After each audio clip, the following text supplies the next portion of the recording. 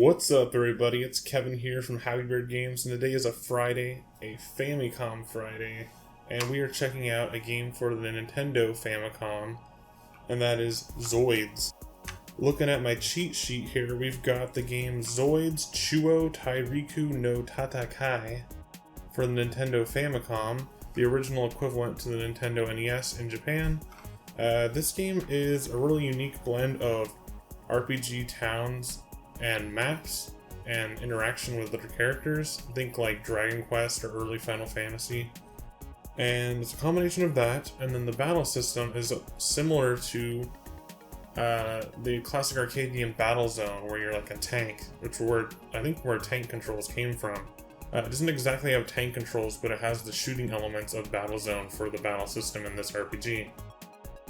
ZOIDS was based upon a series of miniature models. There were not exactly action figures or toys, there were model kits that you build on your own as you buy the kit, and they all had moving parts, so they're all like battery operated and would walk around.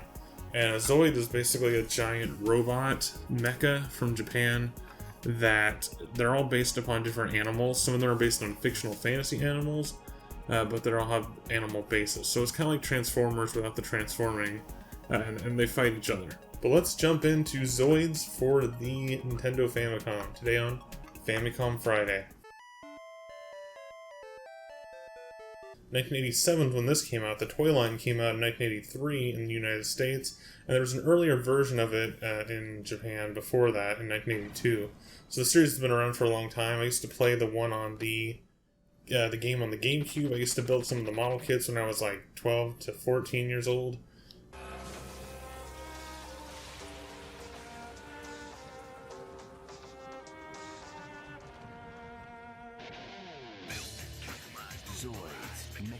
Combat warriors. And here's our character that we're playing as today. I think you can only play as one character. I'm not sure if you can recruit more for your party.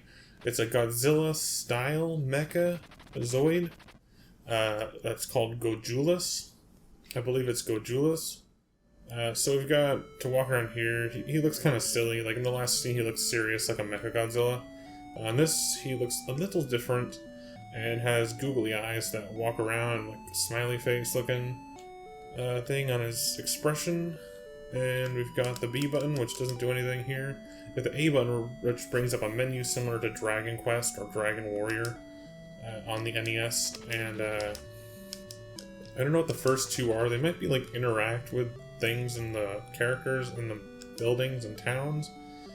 This last one, I believe, brings you to a menu where you got Gojulus, which is your character. It tells some stats about him: the height, the weight, the speed, the offense and defense, which are probably the only two that really matter.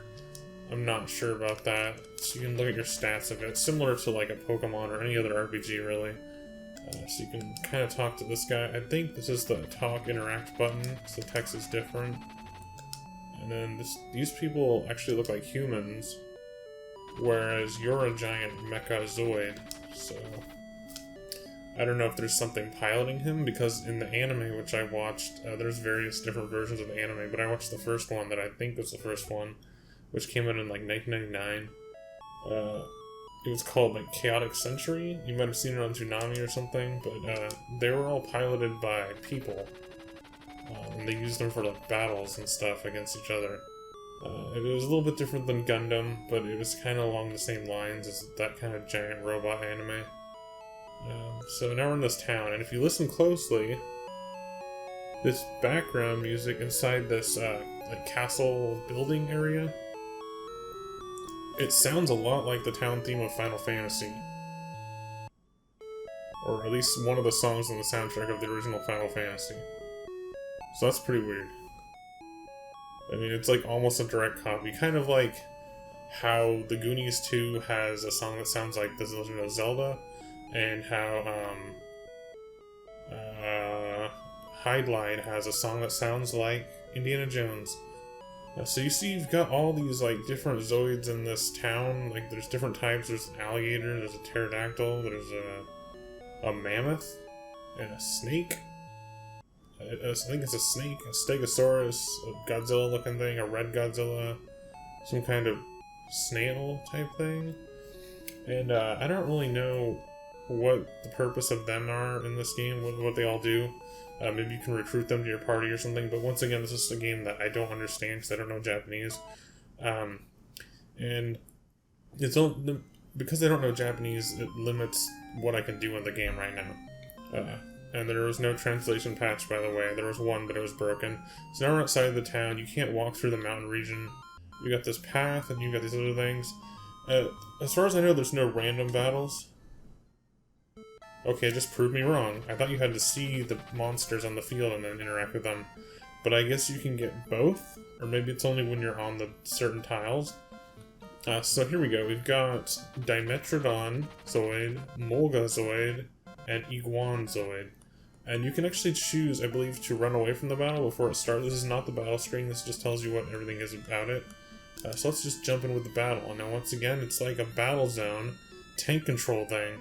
And the thing I haven't figured out about it is, how do you dodge? I don't really know. I guess you kind of move your targeter off screen. You've got B button, and A button doesn't really do anything, which is weird. I feel like there should be a way to like pull back and dodge around the map, like the game Battlezone once again, where you can like pull back and get these tank controls to dodge other tanks and alien ships that are shooting at you. But on this game, I don't really know how to dodge the enemy blasts. And then you got some information on the bottom screen below. Those 3 long rectangular sticks are your hit points, so now I've got 3 out of 4. But I think they go down in smaller increments, and then on the right below that there's a radar. So if you go up to that monster right there, which I think we just ran into, Iguan, we can battle him. And it's weird because some monsters you can see on the map, but I guess there also is random battles.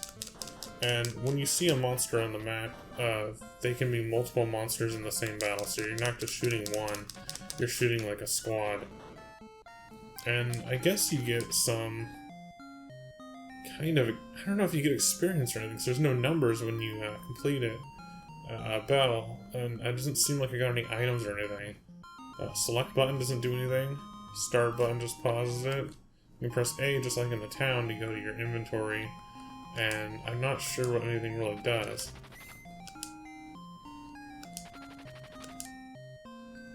And then you can go here and look at all your stuff.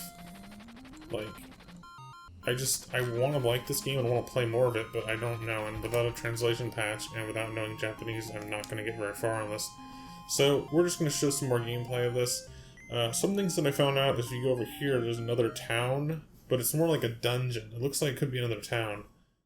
Or maybe I'm thinking of something else, because this looks like it's a town. Okay, so some of them you can interact with them, but then there is one that's like a dungeon. Maybe it's a dungeon within the town, because I'm pretty sure I saw it before. Let's go in here. I can't go in there, it's just a pond maybe. So some of these older Nintendo games and Famicom games, you kind of gotta use your imagination a little bit to see what the picture really is, because these are all houses and stuff, but they're flat. I can go in here. Now, why does it start me in the middle of the room instead of where the staircase was that I came from? That's weird, so I can talk to this guy. Don't know what it says. If anyone wants to tell me more information about this game, and they see it in the comments, like maybe they played it when they were a kid, or they know some of the words, let me know. For now, we're going to leave this town and try to find that dungeon area that I thought was this town. I know it's somewhere on the left side, the west side of the games map. It might be along this path over here. Or it might be below it. I remember it was kind of near some of these mountains. I'm going too far, I might have gotten lost. Overall, it's a really interesting idea for a game. You take Zoids, make them chibi, put them in a Dragon Quest style game, and then for the battle, you don't do traditional turn-based RPG, you do a Battlezone, which is kind of appropriate for the Zoids series as well. Here's another town, I think. Oh, no, this is the battle. Okay, this is weird. So we got a saber tiger, a black rhinos, and an iguan. So let's just try to fight him. I'm probably not going to last too long on this, but it looks like my health went up. Maybe that that guy that I talked to in the last town raised my health up. There was a question he asked. I don't know what it said, but maybe it raised some of my health. So you can see we're in kind of a dungeon or like a town area with a wall and some pillars. It seems like you have unlimited ammunition or energy, so you can just shoot how much you want. The game does run a little bit slow, so be prepared for that and some flickering. It's not the fastest NES game, but the graphics are nice and the presentation's pretty cool because it almost feels like it's three-dimensional, the way it has this this movement and layout of the battles. So that took a lot of damage, or I took a lot of damage from that. That battle was pretty hard. So we're gonna go ahead and leave and just see if there's anything that I haven't seen yet. Maybe something will surprise me on this game, since I'm doing it as a video.